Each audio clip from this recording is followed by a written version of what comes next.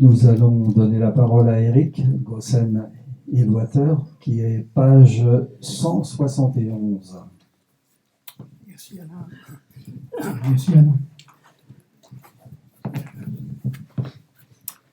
Donc je vais vous lire celui qui est page 175, qui s'appelle « Même les couleurs parlent ». Quand je regarde les grands champs d'un soleil couchant de monnaie, toute sa palette embrumée résonne en moi très doucement. Pour moi, toujours les couleurs parlent, même parfois elles retentissent. Quand Van Gogh peint en jaune d'Arles, il survient le feu d'artifice. Hockney a le pinceau chantant, les roses pâles et tous les verts, fleurs frémissantes dans le vent, chant des prairies en flûte claire. Sur les joues, le carmin ose, trace sonore de baisers, dans un souffle se juxtapose, frisson léger sur lèvres aimées. Puis il y a le blanc des roses, un bouton fier au cœur soyeux, au sein des pétales s'expose dans des murmures délicieux. Il faut savoir tendre le cœur, pour qu'à l'écoute, il communique avec le discours des couleurs en apprenant leur harmonie. Quand je regarde les grands champs d'un soleil couchant de monnaie.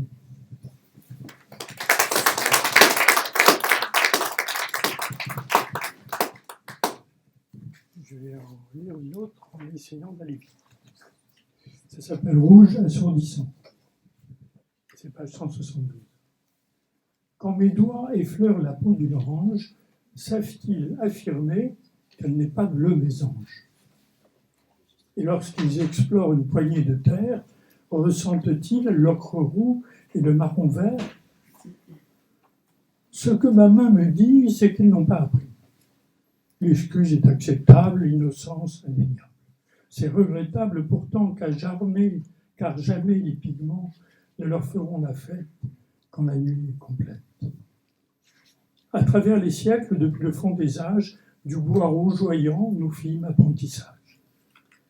Nos paumes refroidies, émissaires des yeux, associèrent le brûlant avec le rouge du feu.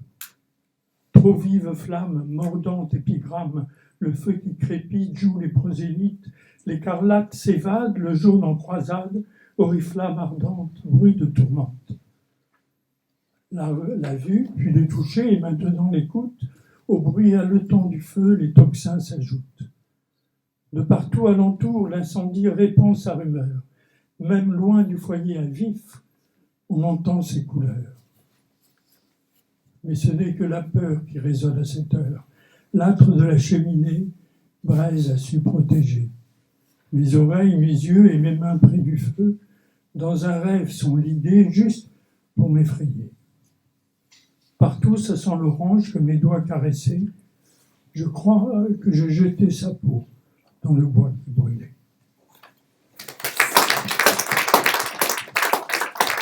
Merci.